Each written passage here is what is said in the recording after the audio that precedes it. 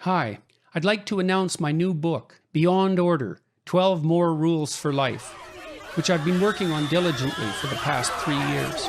As of today, the book is available for pre-order in the US, the UK, and Canada.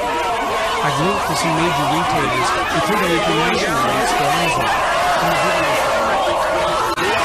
I hope that people find this book as helpful personally as they seem to have found the first set of 12 rules.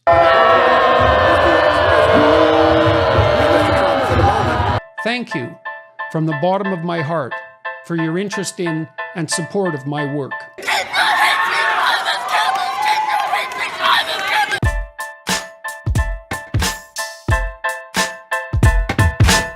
Oh my God, this is peak entitlement. I can't imagine a situation where anybody should be taken seriously about how rough they have it when you have employees of a company breaking down in tears over a book that they're publishing. Not just any book, a worldwide best-selling book, a book that will make the publisher many millions of dollars. This isn't that dissimilar than we saw with Joe Rogan. Remember when Joe Rogan, Spotify employees, decided to have numerous meetings over Joe Rogan, and guess what changed exactly? Nothing. Nothing changed whatsoever because, well, they are cogs in the machine. They don't own it. I knew this when I worked for a company, and most people know. Look, hey, we work so that we don't have to work, hopefully, one day. Some of us are lucky enough to like our jobs, but most people just have a job. They get through the day. It pays their bills. That's the way it goes for most Americans and most people all around the world. But this is the age of the entitled employee. This is the age of the mental breakdown. Imagine having a job. I believe the average salary at Spotify was either $90K or over $100K. It's a huge number. That's the average salary at Spotify. Imagine putting that at risk at a time when unknown numbers of lockdowns are incoming, more layoffs will be coming, main streets being destroyed, and you have a job making nearly at or above $100,000, and you're willing to walk out and quit and cry over one show out of thousands on your network. Well, that's exactly what Spotify employees did back in late October. Censorship-driven Spotify employees internally flagged recent Joe Rogan episode. The Joe Rogan Experience podcast is causing tensions within Spotify. Some more radical employees have reportedly flagged some of the podcast content. Spotify acquired exclusivity of the Joe Rogan Experience, the world's most popular podcast, back in May. And by the end of the year, the podcast will be available exclusively on Spotify. I believe this is a risky move by Joe. I was talking to Tim Pool about this, and we were both talking about how, Joe Rogan earned every bit. Make no mistake about it. He earned every bit. But when you open up Apple iTunes and other, podcast services, what does it say? The number one show that's recommended to you in most cases is the Joe Rogan Experience. Now those will be gone. How many people will be willing to move to Spotify to listen to him? Certainly a good chunk, but there'll be people like me who don't want to pay Spotify any money. Now the clips will still be out there on YouTube, which is how most people I know consume the show.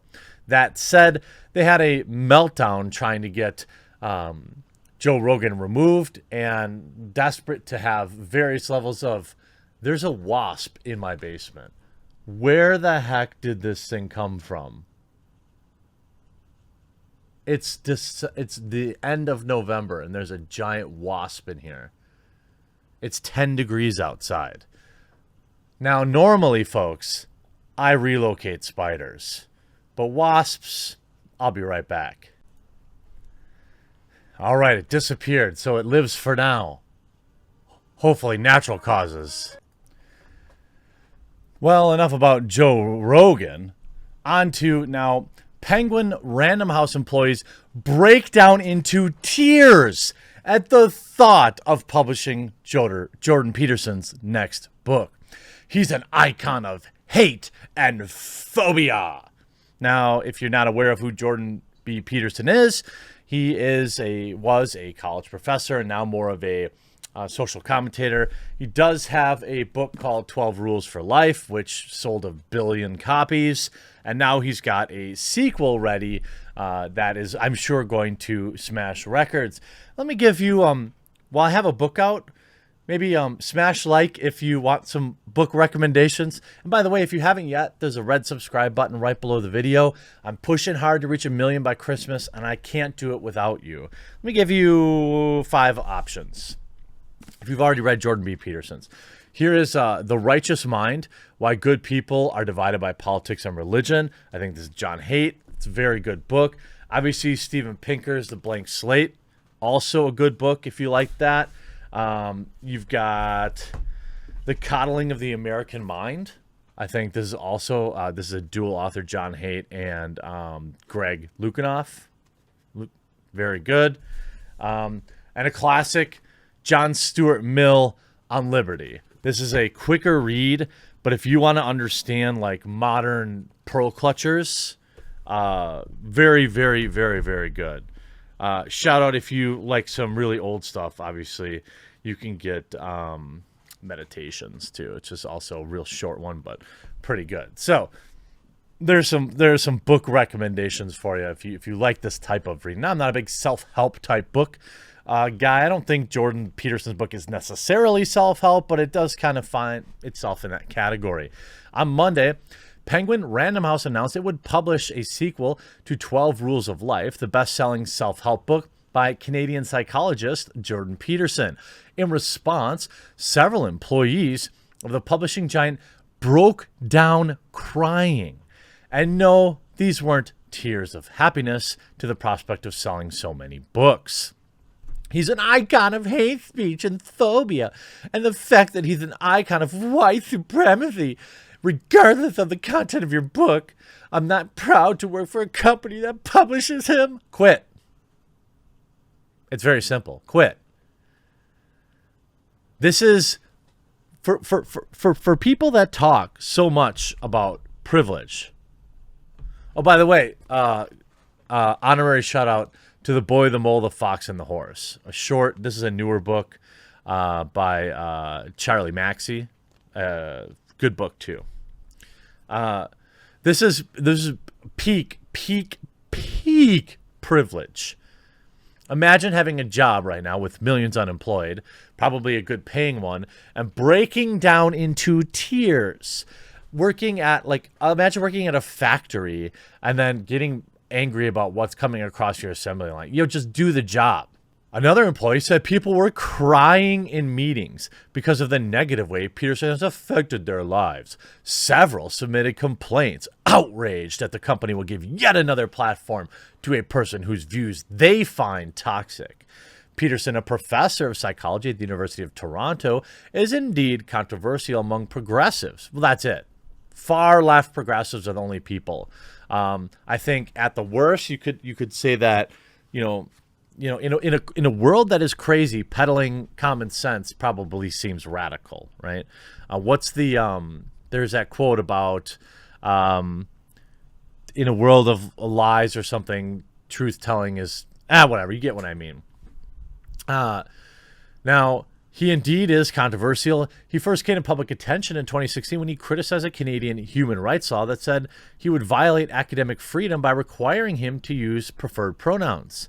Peterson claimed that he would not be forced to use words that, in his view, were invented by activists. He wasn't attempting to misgender any specific people. And it's a position that I stand by, too. I believe he, at the time, said that he would be willing to go on a hunger strike. This is compelled speech. It's so simple. Be decent, right? I know trans folks, IRL, and if I know their preferred pronouns, I use them. Totally fine. If you had a law forcing me to, that creates a totally different dynamic, doesn't it? Peterson, of course, then critics contend that he gave a voice to the concerns of the far right. apparently not wanting compelled speech is a far-right thing, and helped embolden all sorts of terrible things.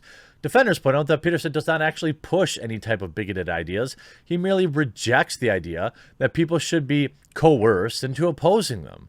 Moreover, while it's undeniably true that Peterson was popular among people on the alt-right, all 7 of them, others have plausibly argued that Peterson's work has helped prevent some vulnerable young men from experiencing terrible things. In any case, his actual book falls squarely in the self-help category and offers such banal wisdom as clean your room. Reasons Matt Welch gave the book a conflicted review, observing that Peterson was too important and too reliant on the great campus culture wars to have any realistic hopes of transcending them. Now, I don't necessarily disagree with that. And again, most self-help books I remember I was forced to read all these when I worked for a corporation. John Maxwell is another guy who just like literally poops out millions of books. And what he does is he finds an interesting way to say something totally obvious. Like, don't put your baby birds in eagle school or something like that, which is his way of saying like, don't set up a unequipped or new employee with a lot of responsibility and expect them not to fail. Any idiot knows that, but for whatever reason, John Maxwell says it in a unique way, and he sells billions of books. Now, I appreciate his hustle, and no disrespect to John Maxwell, but a lot of these things are super obvious. There's very little in Jordan Peterson's 12 Rules that is like super duper groundbreaking. However, it's super effective because sometimes people do need to hear that. Sometimes people need to hear that to internalize something that may seem common sense. Sometimes people need to hear it from a different perspective, to hear it from a different person. Any married guy out there knows that they can give sometimes their wives the same advice as one of their lady friends, and only one of those pieces of advice are being taken. Ultimately, whoever the source of that information is, that's probably true for men from their wives too, just from saying. I should just say spouse. Peterson, for what it's worth, has apparently had a challenging year. Apparently, it's well documented. Penguin Random House staffers broke down in tears over the release of Jordan Peterson's books. Employees cried to management in a town hall addressing the book's release in March.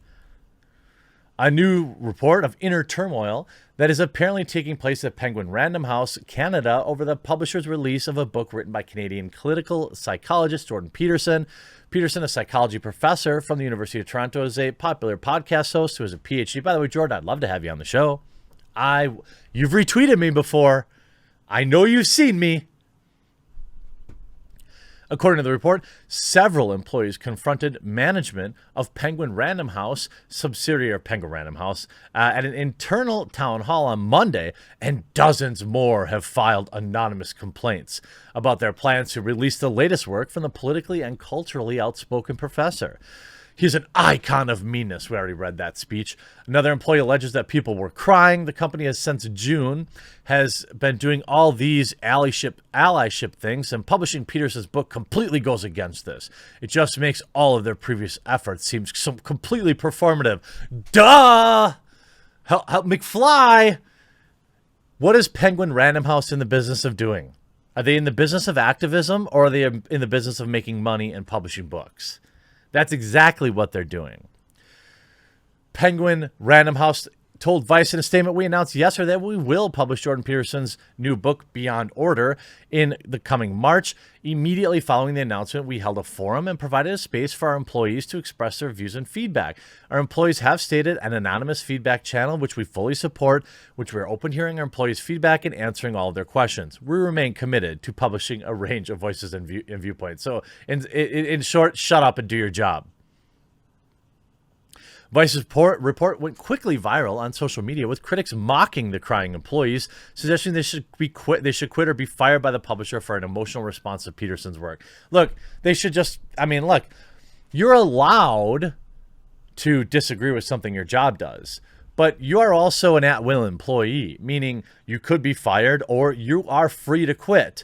Ultimately, I can't think of a better advertising campaign for Jordan Peterson's new book, which I'm sure will sell extraordinarily well. Congrats, Jordan Peterson, and welcome back. I'm glad to see you're feeling better. Hope to have you on the show real soon. We'll talk to you again real soon.